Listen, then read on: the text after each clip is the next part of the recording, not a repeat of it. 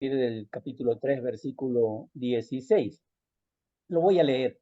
Lo voy a leer donde dice, eh, hace las preguntas, unas preguntas retóricas, ¿no? Dice, ¿quiénes fueron los que habiendo oído le provocaron? Eh, Dice además, un ratito, ahí está. ¿Quiénes no fueron los que salieron de Egipto por mano de Moisés? Segunda pregunta. Otra pregunta, ¿y con quiénes estuvo él disgustado 40 años? ¿No fue con los que pecaron cuyos cuerpos cayeron en el desierto? ¿Y a quienes juró que no entrarían en su reposo, sino a aquellos que desobedecieron?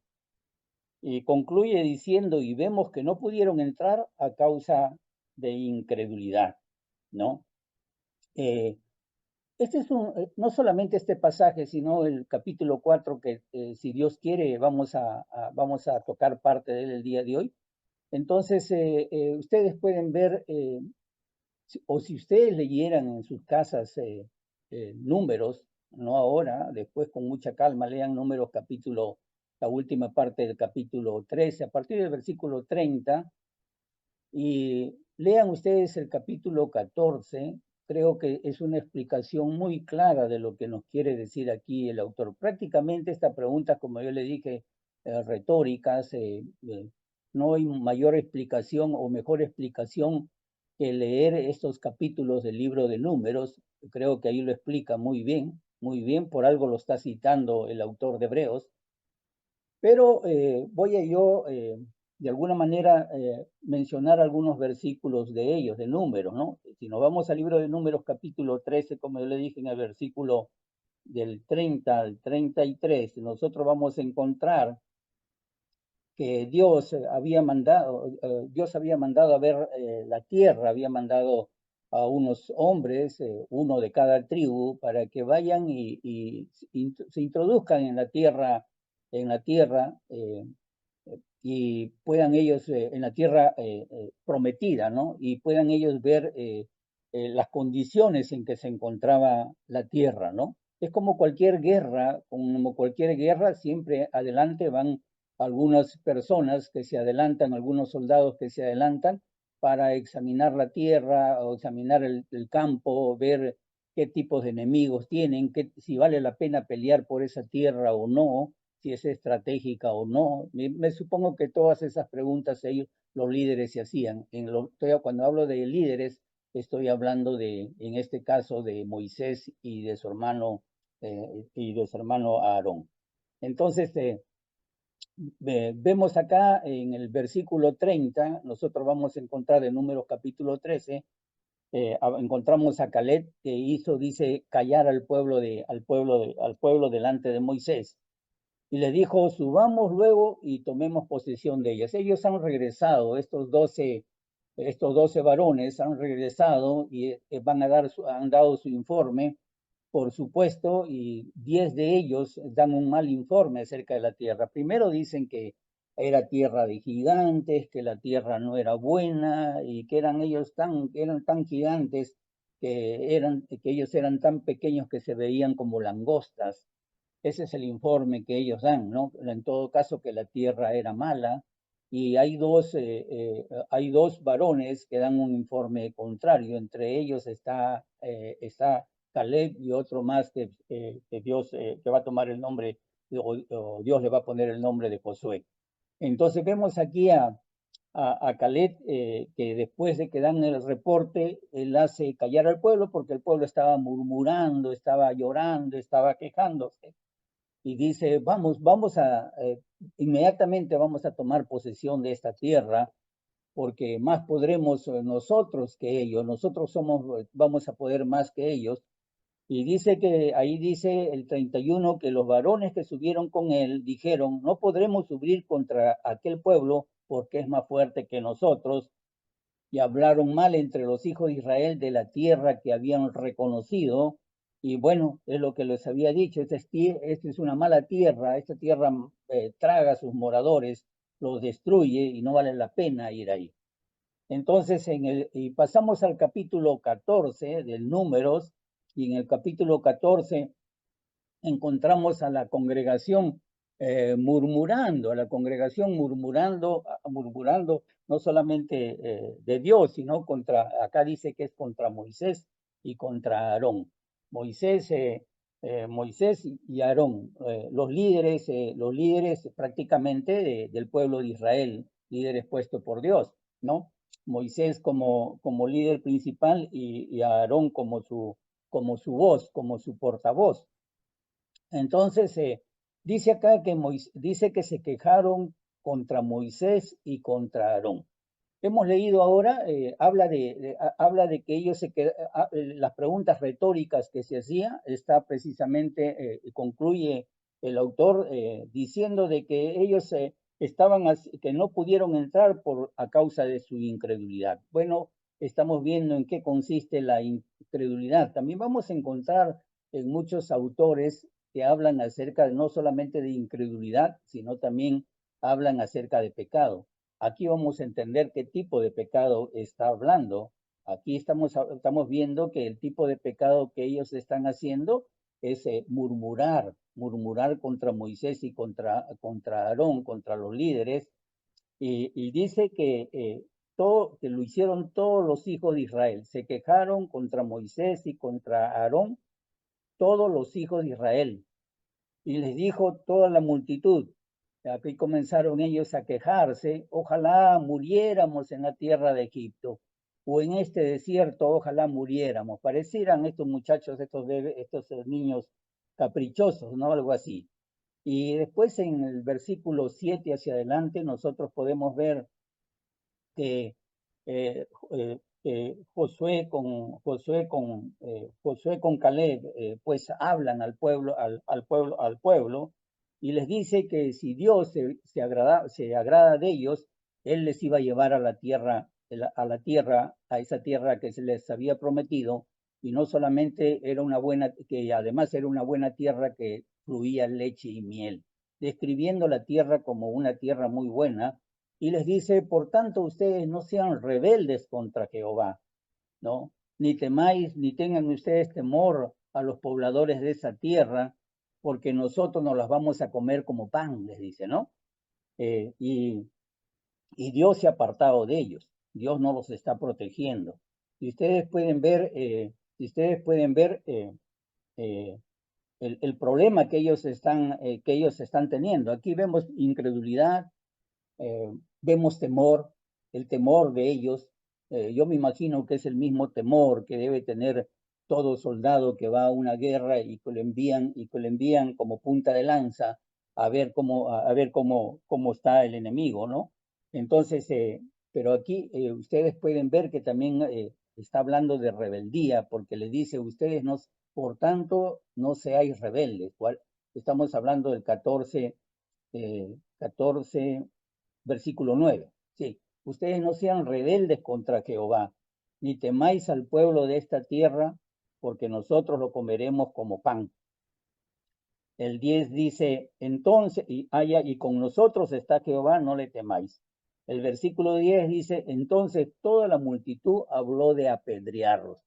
Aquí estamos hablando que toda la multitud, todo el pueblo, habló de apedrear a los líderes, de matarlos a pedradas. Estamos hablando de matar a Josué, a Caleb, y por supuesto, más adelante también vamos a ver que no se trataba de ellos, sino se trataba también de Moisés y a Aarón.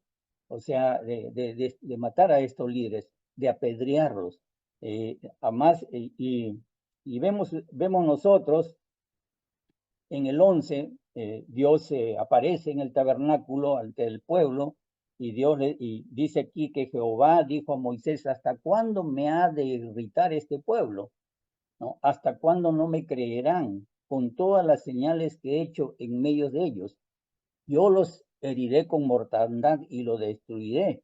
Y después en el versículo 30 al 45, ustedes en números 14, del 30 al 45, ustedes pueden ver todos los alegatos que hace Moisés para que Dios no los destruyera a todos, ¿no? Entonces hay una serie de alegatos que me gustaría que ustedes lo lean con paciencia, ¿no? Con paciencia,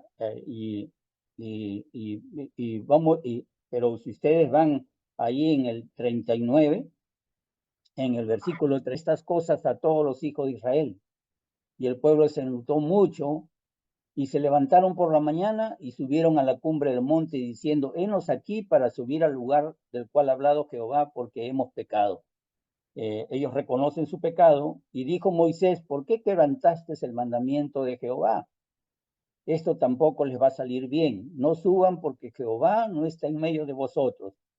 Dice, no seáis heridos delante de vuestros enemigos. Y les habla acerca de los enemigos, de quiénes iban a ser los enemigos y cómo iban a caer a espada. Pero dice que sin embargo ellos se obstinaron en subir a la cima del monte.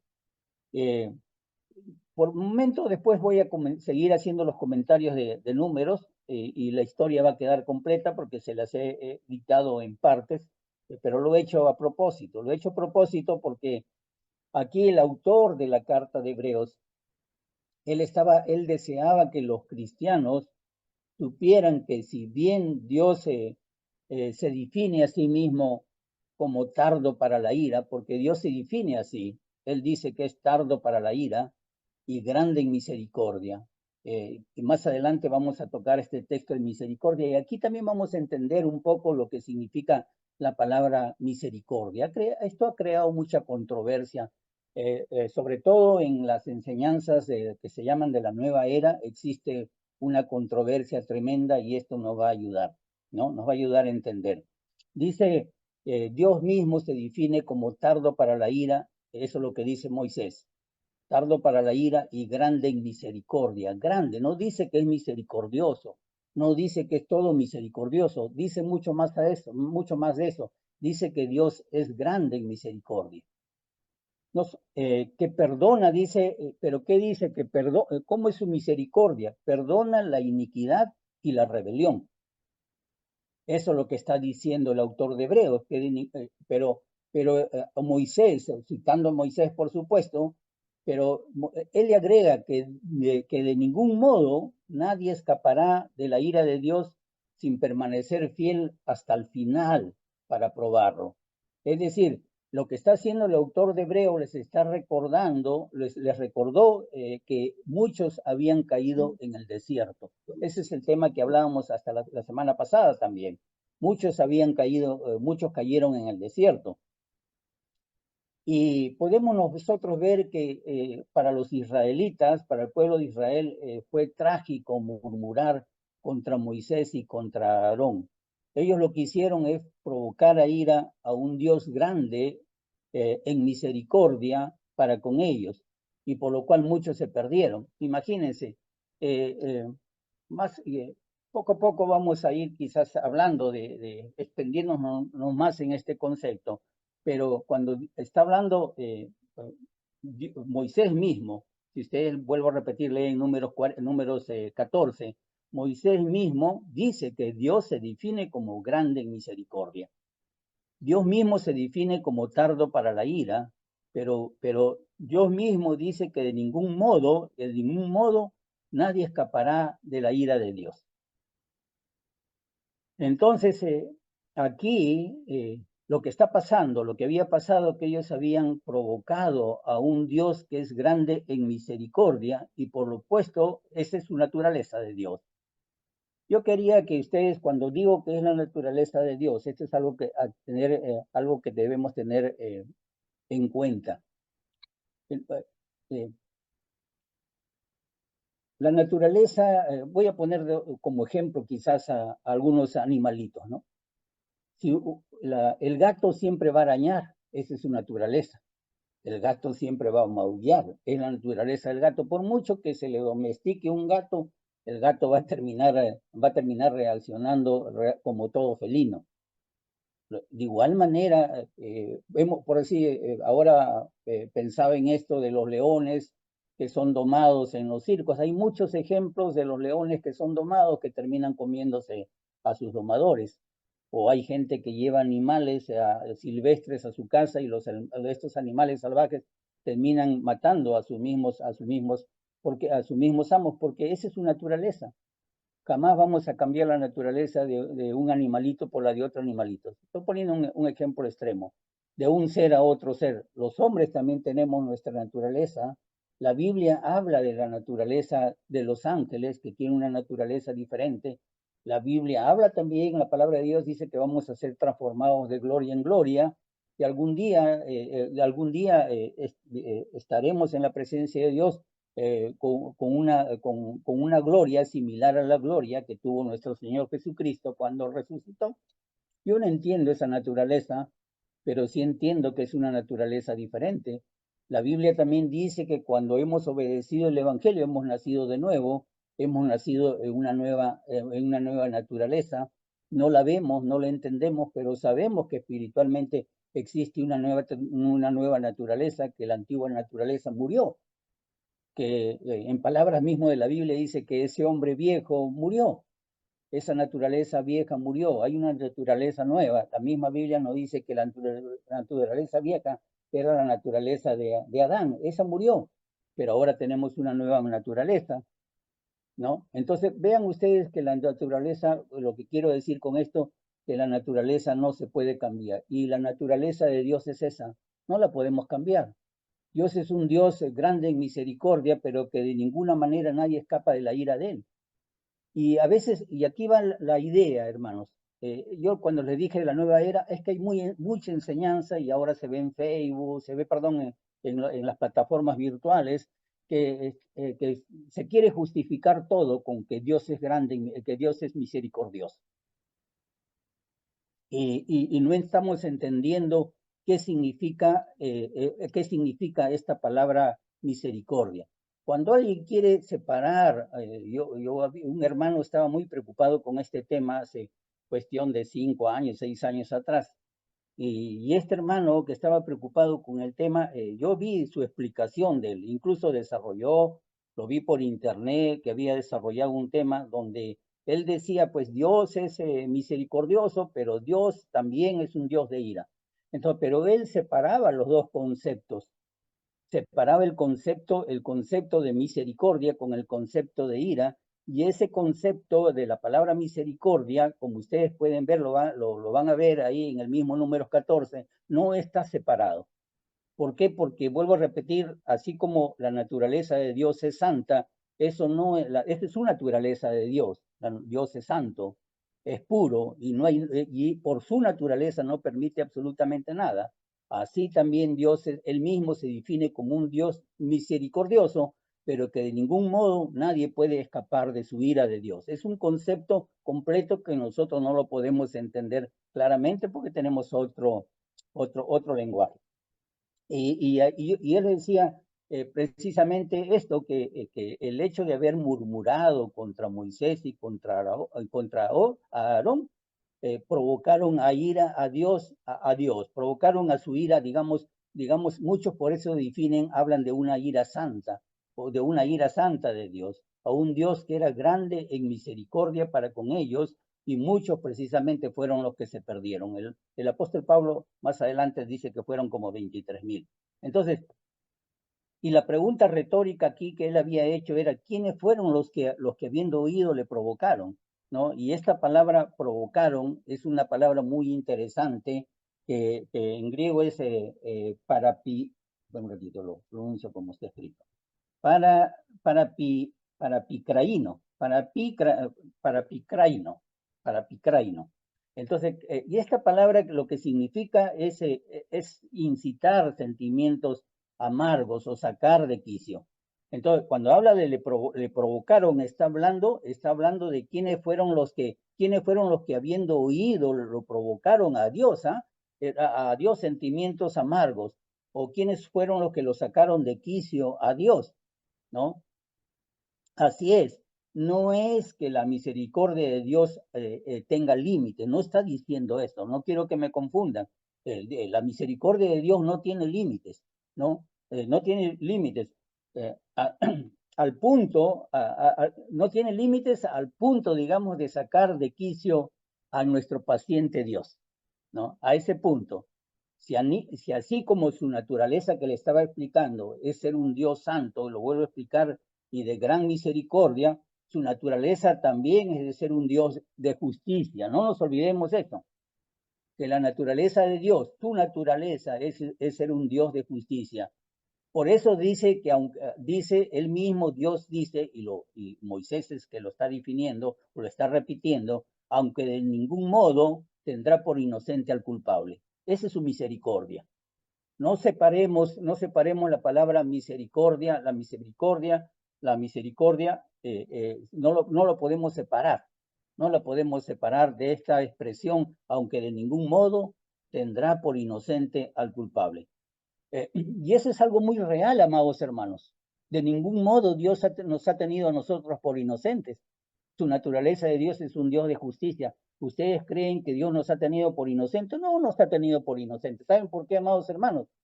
Porque hubo uno que se hizo pecador por nosotros. No nos tuvo por inocentes. Dios hizo su justicia. Nosotros merecíamos morir. Alguien murió por nosotros. No nos tuvo por inocentes. Ninguno de nosotros ha sido inocente, no ha sido inocente. Ninguno. Dios no nos ha tenido. Nosotros, Dios mismo ha tenido que, como es un Dios justo, eso lo que Él ha tenido que hacer es que su justicia se lleve a cabo. Entonces, pero eso no implica, o sea, pensar de que Dios es misericordioso y Dios lo perdona absolutamente todo. No lo perdona, hermanos, porque Dios, no lo perdona en ese sentido. Lo que hace Dios es hace su justicia. Y gloria a Dios, hermano. Dios, porque si no fuera así, nosotros estaríamos perdidos. Entonces, cuando alguien ha recibido todas las bendiciones, estas bendiciones que precisamente más adelante nos habla el libro mismo de Hebreos, en el capítulo 6, ya me estoy adelantando, ¿no? Dice ahí que porque es imposible que una vez los que fueron iluminados y saborearon o gustaron ese don celestial y fueron hechos partícipes del Espíritu Santo, ¿no?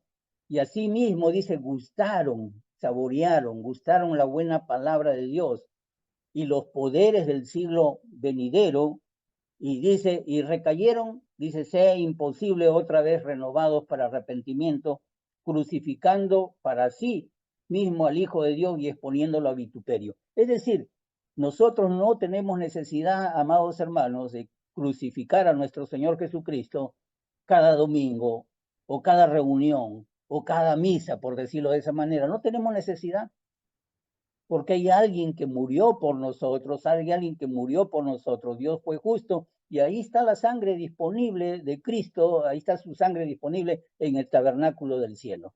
Hay un sumo sacerdote hay un sumo sacerdote, ¿para qué? Para ofrecer la sangre del cordero, y ese sumo sacerdote es nuestro Señor Jesucristo. Esto debe quedar claro en nosotros, amados hermanos, y eso es lo que está diciendo, luego lo que está diciendo, alguien que se recibe todas estas bendiciones, luego se aparta, ¿qué va a pasar? Que se va a ser merecedor de esa misericordia de Dios, que de ninguna manera tiene por inocente al culpable, de ninguna manera.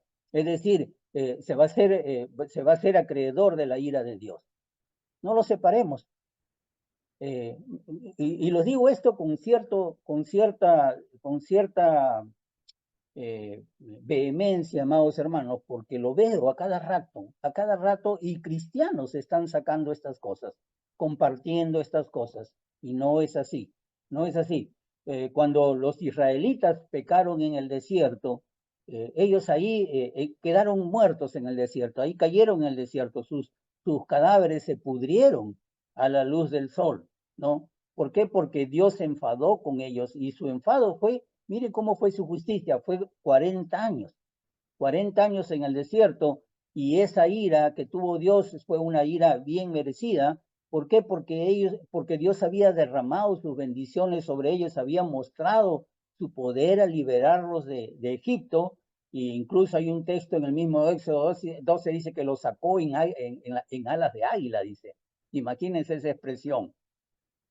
Y además fue Dios como un papá, como un padre para ellos, ¿Por qué? Porque les proveyó hasta de alimento, les proveyó de codornices en el desierto, les proveyó de carne, les proveyó de un pan exquisito, un pan del cielo llamado maná, ¿no?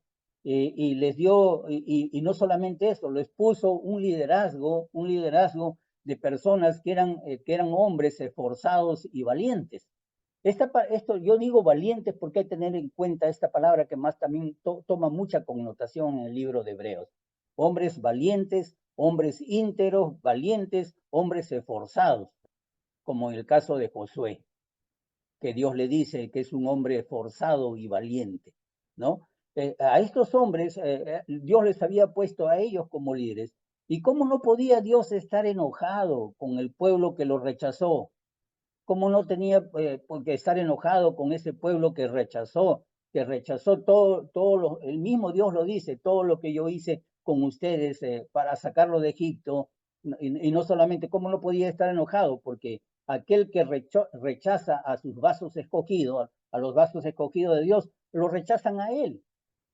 A mí me gusta porque conozco muchos hermanos que cuando me hablan con un temor de Dios en cuanto a los líderes que Dios les pone a ellos, ¿no? Hay temor, y hay temor también, yo diría que es un temor santo.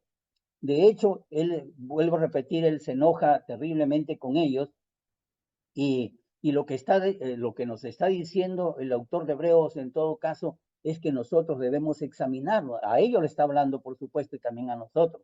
Si aplica por nosotros, sería una mala hermenéutica de un texto bíblico si no lo aplicáramos a nosotros. Entonces, hay que examinarnos, y cuando nos examinamos deberíamos de cambiar si nosotros, y deberíamos hacerlo muy rápido si nosotros estamos provocando a Dios. Dice, otra pregunta que es retórica, dice, ¿con quién él estuvo disgustado durante 40 años? ¿Con quién estuvo disgustado él? ¿No? Y ustedes pueden ver ahí, cuando leen este pasaje este pasaje de Números, Dios lo que se enoja es contra los murmuradores. Ese es su pecado. Los 10 varones que obraron mal de la tierra y causaron que todo el pueblo se rebelara, se separara o se dividiera. Ellos murieron de plaga en el mismo momento. Ahí dice que murieron de plaga durante la presencia de Jehová. Si ustedes ven en números capítulo 14, del 36 al 38, dice claramente que ellos murieron, dice bien claro, murieron de plaga delante de Jehová, ¿no? Por eso le digo que es bueno leer todo el capítulo. Y el apóstol Pablo también, él describe que esta ira, digamos, esta ira santa de Dios, fue dirigida a aquellos que murmuraron y a los idólatras, por supuesto, porque murmuraron por idólatras. En el fondo, el pensar en ello, el pensar en el yo, por decirlo así, es idolatría también, ¿no? Y lo dice en Primera de Corintios capítulo 10, ¿no? Cuando ustedes van a ir, que vean del 10, del 1 hasta el 12, si no me equivoco, ustedes pueden encontrar ahí claramente que la historia o lo que cuenta el apóstol Pablo, o como lo explica el apóstol Pablo. Él dice, y lo hemos estudiado ya, dice que estas cosas sucedieron como ejemplos para nosotros, para que nosotros tampoco codiciemos como ellos codiciaron cosas malas. Es decir, que ellos, cuando habla de codicia, que ellos estaban, en el fondo había codicia en su corazón. Por eso que ellos actuaron así. Eso eso del agua, nos has traído eso de llorar en el desierto y llorar y quejarse y murmurarse, era solamente un pretexto. Porque aquí dice que en el fondo era codicia. El que le está dando la interpretación es el apóstol Pablo. Dice codicia, ni seas idólatra, dice, como alguno de ellos está escrito, se sentó el pueblo a comer y a jugar, etcétera, ¿no? Ni tentemos al Señor, dice, ¿no? Y ahí habla de los que perecieron justamente en el desierto, dice en el desierto. Y también agrega que no les había venido ninguna tentación que sea humana, sino que Dios juntamente con la tentación da la salida para que puedan resistir. También el apóstol Pablo da la salida para este problema. Entonces, si ustedes pueden ver esto, lo que quiero decir es que ellos tuvieron tuvieron las oportunidades de conocer las misericordias de Dios, tuvieron esas oportunidades. Sin embargo, ellos no aprendieron y por culpa de su desobediencia es que sus cuerpos cayeron en el desierto, Y fue la oración, o sea, Moisés estaba orando, fue la oración de Moisés, es la que en su oración de él, cuando habla con Dios, él previene que hay una destrucción a todo el pueblo, y nosotros tenemos que aprender precisamente de ese desatino del pueblo de Israel, de la congregación de Israel, ¿no? Entonces, y ahí ustedes pueden ver la pregunta que está haciendo, ¿no? ¿Y a quiénes juró que no entrarían, en su reposo, sino a aquellos que desobedecieron? Dios juró, ¿no? El juramento de Dios está en el versículo 18, 3:18, el juramento que dice, ¿y a quiénes juró que no entrarían en su reposo, sino a aquellos que desobedecieron, ¿no? En tu juramento, este juramento que hace Dios, él se está refiriendo una vez más, ¿se acuerdan que hemos citado la semana pasada Salmos 95, a Salmos 95, 11? Porque en Salmos 95, 11 dice, por tanto juré, dice, en mi furor. Fíjense, la palabra furor es ira. Esta palabra furor es ira. Yo quiero que ustedes la tengan presente. Por lo tanto, dice, juré en mi furor que no entrarían en mi reposo. Yo juré dice Dios, juré en mi ira que ellos no iban a entrar en mi reposo. Y aquí estamos ahora entrando al tema que nos va a llevar al capítulo 14 también, al tema del reposo, que es el que es muy interesante. Ahí, en Deuteronomio, Dios, en el capítulo 1, vamos a ver eso, no lo vamos a buscar ahí, pero Dios juró que Israel no iba a entrar a Canaán, ¿no? ¿Por qué? Por falta de fe, por falta de fe. El hombre, entonces, él dice que ninguno de esa generación iba a ver la tierra prometida, iba a ver Canaán. Y fue la falta de fe la que mantuvo a toda esta congregación, a todo el pueblo de Israel, fuera de la tierra prometida, fuera de Canaán. Y lo que está advirtiendo el autor de Hebreos es que así como ellos quedaron fuera, nosotros también podemos quedar fuera. Nosotros también quedamos, y alguien me puede decir, ¿de qué tierra? No estamos hablando de una tierra física, pero sí podemos quedar fuera de nuestra patria celestial, ¿no? De nuestra patria que no está aquí, que no es física, sino que es una patria sobrenatural, digamos así. Todos los milagros que hizo Dios cuando el pueblo de Israel o los israelitas estaba en el desierto, cuando dejaron Egipto, y todo lo que Dios hizo para con ellos no pudieron, eso no hizo de que ellos pudieran evitar que Dios no les diera muerte antes de ellos de cruzar el río Jordán a la tierra prometida.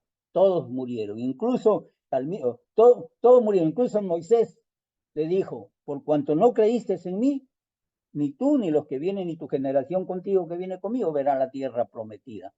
De manera similar, nosotros podemos decir y alegar que tenemos una gran experiencia con Dios. Hay quienes alegan que tienen una experiencia con Dios, que tienen una gran experiencia, digamos, religiosa.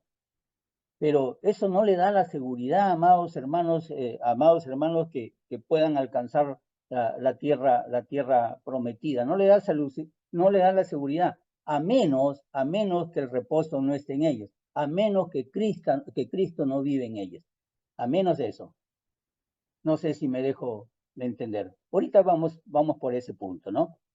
Dice ahí, en el 19, dice el autor de Hebreos, dice, y vemos que no pudieron entrar a causa de incredulidad. No pudieron entrar a causa de incredulidad.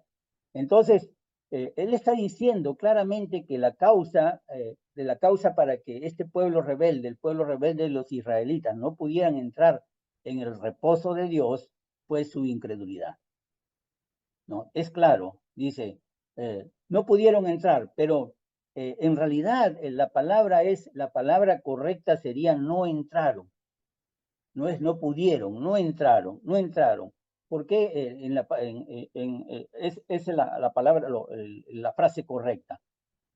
¿Por qué? Para dar a entender que la falta de confianza que había, la falta de confianza fue el obstáculo que les impidió a ellos entrar. La falta de confianza, la falta de fe, la falta de fe. Sí entendemos por tener confianza cuántos estamos depositando nuestra vida en nuestra confianza para con Dios, ¿no? Y esa falta de confianza fue el obstáculo del pueblo para ellos entrar al descanso de Dios. Si ustedes, quizás como una explicación, puedo hablarles en Santiago capítulo 5, ¿no? Ahí nosotros encontramos que Santiago dice que el profeta Elías era sujeto a pasiones semejantes a las nuestras, dice, ¿no? Y Elías oró fervientemente para que no lloviera, y no llovió por 3 años y 6 meses. Y otra vez él oró y dice que el cielo dio lluvia y bueno, el cielo y llovió. Y lo que está diciendo cuando dice que Elías, siendo profeta de Dios, era pasiones semejantes a las nuestras, es que Elías tenía temor, tenía miedo, estaba frente a un rey malo. El rey Acab era un rey malo, y enfrentarse a un rey que es dueño de la vida de las personas y de la muerte, por decirlo así, enfrentarse a un rey que además es malo, ¿cómo decirle? ¿Sabes qué? No, dice Dios que no va a llover 3 años, o no va a llover. ¿Y qué tal si llueve? Esas dudas, ese miedo, ese temor, esa vacilación, por decir temor, miedo, eso era propio de lo que está diciendo, que era propio de Elías, y que es propio de nosotros. Así como es Elías siendo profeta, así somos nosotros, ¿no? ¿Qué es lo que quiero decirles con esto, hermanos? Lo que quiero decirles es que cuando nosotros estamos enfrentando a circunstancias que son difíciles, indudablemente que va a haber miedo. Somos sujetos a pasiones semejantes a Elías, por decirlo de esa manera. Siendo el profeta de Dios, va a haber miedo. La duda va a venir, la duda va a venir. Lógico que hay duda. Y vas a tener 2 opciones, creo yo. O huyes. ¿Por qué huirías? A causa de incredulidad. Huyes a causa de tu incredulidad, de tu falta de confianza, o te enfrentas en fe. No hay otra opción, no hay otras opciones. Entonces, aquí dice que lo que nos dice un autor es que es probable de que esto se trate de un hebraísmo, que en realidad lo que se quiere decir es que ellos literalmente no quisieron entrar, no quisieron entrar. Y cuando yo les digo esto, pero imagínense en las guerras que hay, incluso en las guerras actuales, para no irnos muy atrás, enfrentarse a un enemigo, enfrentarse a bombas de drones, a bombas de cohetes, a drones que te están ubicando, enfrentarte a lluvia de balas, a saber que hay un porcentaje de personas que mueren y que es posible que mueras, ¿no da miedo? Claro que sí. ¿Y cuál es la diferencia entre aquel que huye y el que se enfrenta? El que se enfrenta es que a pesar de los miedos, enfrenta la situación. Hay miedo, hay temor, hay temor. Por supuesto que aquí Elías está hablando de la oración. Aquí el tema es la oración, es la oración. ¿Por qué? Porque si alguien, a veces oramos y tenemos temor de nuestra oración, y si no sucede, y si sucede, y eso no nos enseña la palabra de Dios. Nosotros no vivimos en lo natural, sino en lo sobrenatural. Entonces, pero no es el tema del día de hoy. El punto aquí es que ellos, que son pasiones humanas, y que ante estas pasiones humanas, la causa de la falta de confianza o la falta de fe, digamos así, influye en nosotros, influye en la mayoría de los problemas que nosotros tenemos. Cuando el mismo Señor Jesucristo nos enseñaba, ¿no? Nos enseñaba que cuando una persona, un hombre, una mujer pierde la confianza en Dios, pues ¿dónde va a construir su casa? La casa no la va a construir sobre la roca, la va a construir ¿sobre qué? Sobre la arena, y vendrán vientos, dice el Señor, vendrán tempestades y la casa caerá, ¿no? ¿Por qué? Porque donde falta confianza en Dios es imposible que haya hoy digamos, un anclaje seguro, un ancla. En el mismo hebreo nos habla, el apóstol Pablo nos habla de, no, perdón, el autor de Hebreo me decía, habla de un ancla segura. En el original dice adgura suce, un ancla, la ancla segura del alma. Es decir, alguien, un barco que está en medio de la tormenta, que tiene un ancla fijada abajo y que resiste la tormenta. El ancla del alma, dice. Y está hablando de esta ancla de la fe, de la confianza en Dios. ¿Cuánta confianza, cuánta fe nosotros tenemos en Dios? Puede ser que los otros que no son creyentes se angustian ante los problemas. Sin embargo, nosotros podemos ir a esa batalla, podemos enfrentarnos a la batalla a pesar del miedo, a pesar de las pasiones, pero tranquilos. ¿Por qué? Porque vamos con una fe firme, un ancla segura. El resultado, pues, de esta incredulidad en el pueblo de Israel fue que ellos no pudieron entrar en el reposo de Dios, que ese es el tema. Para ellos lo que significó es nunca ir a Canaán. Y la aplicación para nosotros es que tiene que ver con que nunca vamos a poder ir a la tierra prometida, nunca vamos a poder entrar al cielo, que es nuestro reposo final, es el reposo final. Y nosotros lo que tenemos que hacer es nunca dudar de la veracidad, de la verdad de la palabra de Dios. Sea Dios veraz, dice, y todo hombre mentiroso. Por eso debemos escudriñar siempre las escrituras. Más adelante dice, ahí la expresión en ese mismo, el versículo 9 dice, y vemos qué, dice, ¿no? Y vemos qué. Entonces, aquí lo que está haciendo el autor, él está pensando que su razonamiento, el razonamiento que está haciendo, iba a ser notorio para nosotros. Y vemos que esto es notorio para ustedes. O sea, no hay forma de confundirse lo que nos está diciendo el autor. Y dice ahí esta expresión a causa de la incredulidad. Lo que está equivaliendo es a la palabra desobedecer. Ahí del versículo 18. Si ustedes se van al versículo 18, dice que ellos desobedecieron. En el 19 dice a causa de la incredulidad. Entonces, el Nuevo Testamento casi siempre o a menudo establece que la fe está unida en una forma indisoluble con la obediencia. La fe no está separada de la obediencia, hermano. Nunca tengamos ese concepto de fe o separado de la obediencia. Y a la vez la obediencia está unida en una forma muy fuerte con esta palabra infidelidad.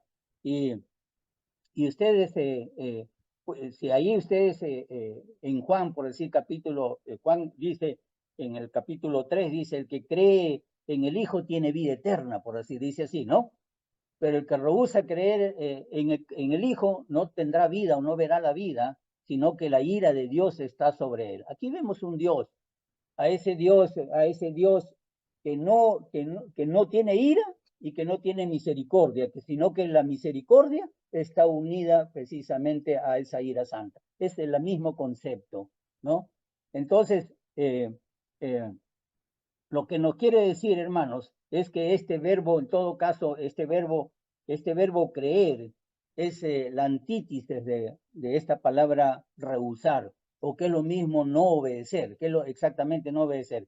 Entonces, lo que nosotros tenemos que hacer es seguir esforzándonos, llenarnos de confianza, ¿no? Llenarnos de fe, seguir en fe, con el fin de nosotros llegar, de llegar a su reposo, a su reposo. Y aquí, hermanos, rápidamente, hasta donde alcancemos, pasamos al capítulo 4, lo voy a leer, dice, es el mismo tema, temamos pues, dice 4, versículo 1, hasta el versículo 4, temamos pues, no sea que permaneciendo, miren, temamos pues, no sea que permaneciendo aún la promesa de entrar en su reposo, alguno de vosotros parezca no haberlo alcanzado, porque también a nosotros se nos ha anunciado la buena nueva como a ellos, pero no les aprovechó oír la palabra, por no ir acompañada de fe en los que la oyeron.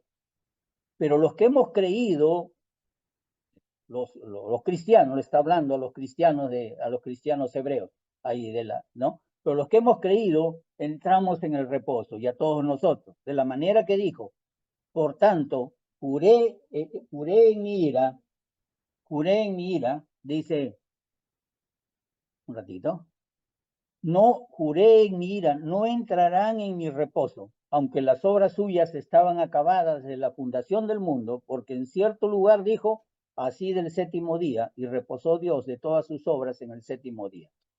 Y es que aquí es una serie, hermanos, de declaraciones. No lo vamos a leer, pero hay como 13 declaraciones a partir de aquí, o amonestaciones que hace el autor al autor. ¿Y cómo lo sabemos? Porque son declaraciones o amonestaciones imperativas, imperativas en la primera persona del plural. Por decir, empieza diciendo temamos. Después vamos a encontrar procuremos en el otro versículo. Después vamos a encontrar por tanto, en el 14. Después vamos a encontrar acerquémonos. Después vamos a encontrar mantengámonos. Después vamos a encontrar considerémonos. Después vamos a encontrar no solamente considerémonos, nuevamente vamos a encontrar acerquémonos, mantengámonos, y así que salgamos, y todas estas amonestaciones, todas estas son amonestaciones que están a lo largo de la carta, amonestaciones que nos hacen en una forma, así, una forma imperativa, y está hablando en plural, ¿no? Salgamos, en plural. Así que, y la primera amonestación, que es la que vamos a ver, es temamos. Y algunos piensan y consideran que el temor es una emoción que es de carácter negativo. O sea, el temor, en este caso de temor. Y hemos hablado de pasiones ahora, hemos hablado de temor. Pero sin embargo, según el libro de Proverbios, el libro capítulo 1 y también en el 9, nos dice que el principio de la sabiduría y el conocimiento es el temor de Dios. El temor es el temor de Dios. Entonces, lo que quizás puedo comentar es que se puede actuar, ahora hablábamos de ser osados a pesar de, ¿no? Que se puede actuar de una forma osada, con inteligencia y con sabiduría, a pesar del temor.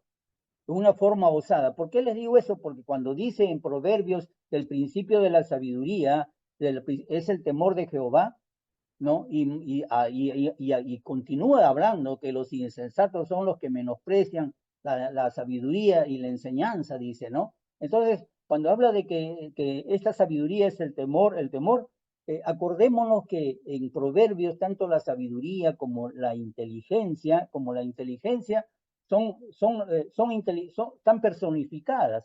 La sabiduría y la inteligencia son sabiduría e inteligencia de Dios. Inteligencia de Dios, por supuesto, que nos ha sido dada para poder resolver las encrucijadas de la vida y resolver los problemas que nosotros tenemos a pesar del temor. A pesar del temor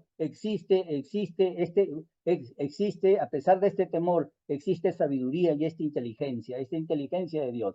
Entonces, lo que nos está haciendo el autor es que en este tipo de exhortación, y como cada una de estas exhortaciones que hemos visto, está convocando a los lectores del libro, en este caso de Hebreos, y creo que también es para nosotros, en vivir en un proceso, digamos, en un proceso de mayor excelencia. Porque si ustedes más adelante, vamos por decir a Hebreos capítulo 13, versículo 13, ustedes van a encontrar ahí que hay un clamor de los creyentes a no querer retroceder, a evitar retroceder. Ahí dice, salgamos pues, si ustedes van al versículo 13, capítulo 13, dice, salgamos pues a él fuera del campamento llevando el vituperio. Hay un clamor del pueblo. ¿Por qué? Porque el punto culminante de esta sección que vamos a estar tratando, comienza en el capítulo anterior, en el capítulo 3, versículo 1. Ahí está comenzando realmente. Todo el capítulo 3, les ruego que los vuelvan a leer el capítulo 3, y va a terminar en este capítulo 4 que estamos tocando en el versículo 13, ¿no? Y lo que se le está encargando es a estos primeros lectores de Hebreos, porque ellos fueron los primeros en leerlo, a los que le está dirigiendo la carta el autor, a reconocer que Cristo es superior, que Cristo es superior sobre Moisés, y que por supuesto ellos no deberían volver al judaísmo precisamente por eso. Y en este pasaje en este pasaje que está hablando, es interesante, vamos a notar tres palabras muy importantes, o tres conceptos muy importantes, es en el cual yo desarrollé el bosquejo de este tema, ¿no? Primero, que es temamos, que estamos hablando en este momento, ¿no? Segundo, que es muy importante lo que nos dice el autor en estos 4 versículos, que es muy importante y muy provechoso para nosotros oír la palabra de Dios en el versículo 4, 2 y versículo 3. Y en tercer lugar nos dice que no solamente queda así, que ahí debe de quedar, sino que debemos continuar creyendo. El creer no solamente termina, hoy creí y ahí termina. Nuestra vida debe ser un continuo creer, una continua confianza en Dios. Y ese es el imperativo, digamos, el imperativo para nosotros. Ese es el imperativo de poder vivir, y yo digo así, de vivir en nuestro día de reposo.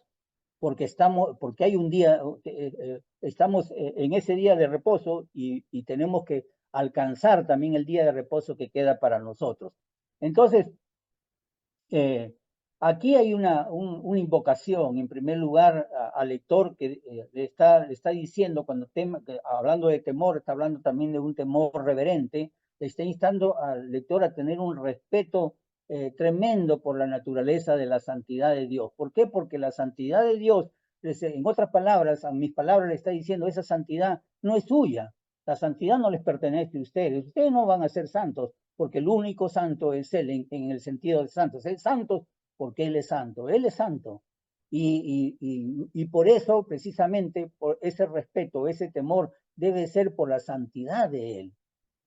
Por su santidad, por su majestad. Esta palabra es bien bonita, majestic en latín, por su majestad de Dios. Un respeto total por la naturaleza de Él, de esa majestad y de esa santidad. Entonces, en ese sentido es que el autor de Hebreos está hablando del temor, en ese sentido. Yo expliqué un poco más de detalles, pero es en ese sentido que estoy explicando.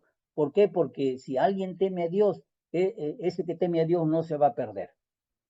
Es muy importante el temor a Dios y enseñar a nuestros hijos, enseñar a todos a temer a Dios. El temer a Dios es muy importante. ¿Por qué? Porque el que teme a Dios no va a perder su reposo. Yo sigo hablando de reposo y el hermano está diciendo qué significa esta palabra reposo, que es muy importante. La palabra reposo es una palabra en el griego que es catapausis. Esta palabra catapausis que lo va a tocar en el versículo 1, creo 3 y 4, o sea, los 4 versículos, estos 4 versículos que he tocado, puede tener, o se le ha dado varios significados.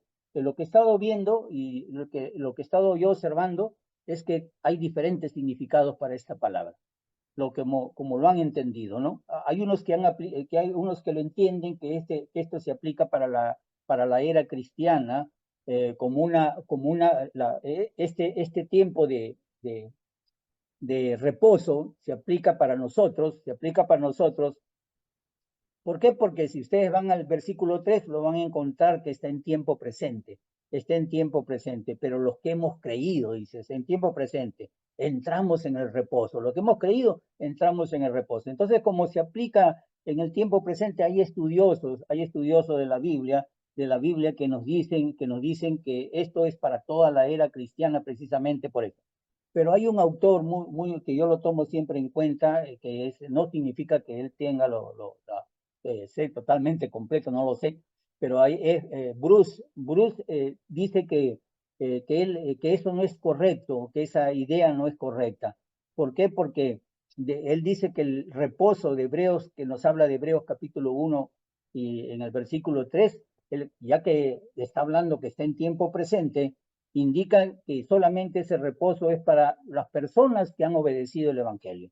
Ese reposo, dice Bruce, es para nosotros lo que hemos obedecido y por supuesto es para nosotros, Bruce dice, es para nosotros lo que hemos obedecido, pero el cual se puede perder.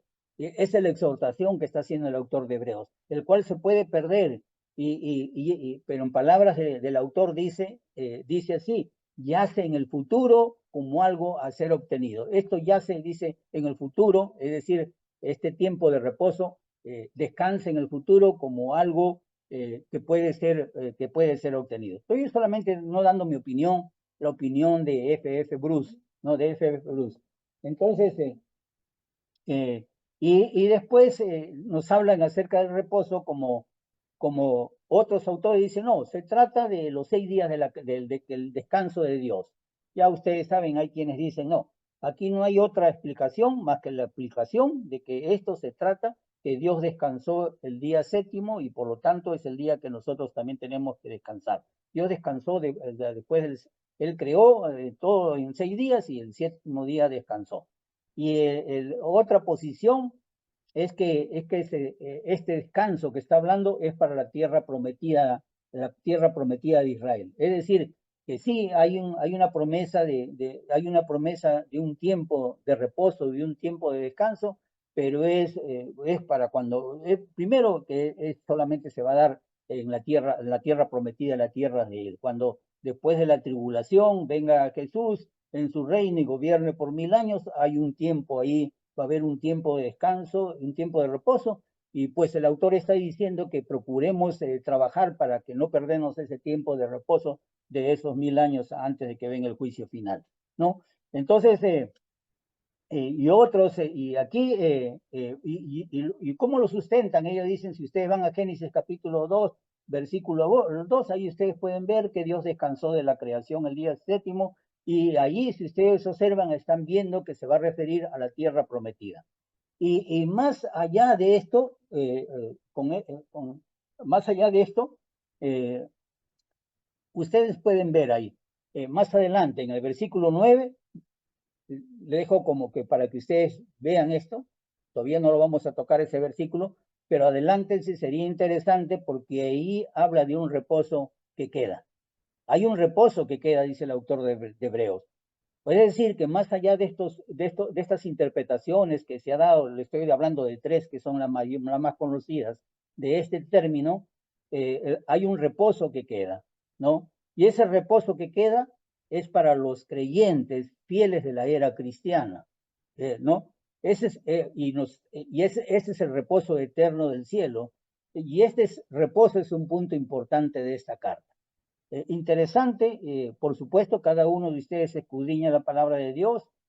Solamente yo les digo, y si tengo que cambiar de conceptos, también lo cambio, porque es la palabra de Dios la que nos debe de guiar en todo sentido. Debemos ser nobles para eso, de escudriñar y estar dispuestos a cambiar si es que con la palabra de Dios vemos o nos muestran o nos enseñan que podemos estar equivocados en nuestras interpretaciones o en las interpretaciones que nosotros hemos aprendido y que son paradigmas para nosotros, que no se pueden mover, que como paradigmas ya los tenemos y no los podemos revisar.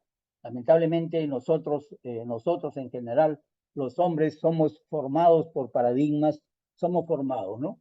Y este es un tema muy interesante que quizás se pueda tocar en otro momento, cómo así los hombres somos preformados o cómo así los hombres son formados. Es un tema interesante quizás para tocar con el tema del subjetivismo y el objetivismo del objetivismo. Con esto he terminado por el día de hoy, amados hermanos, haciendo una introducción prácticamente a estos 4 versículos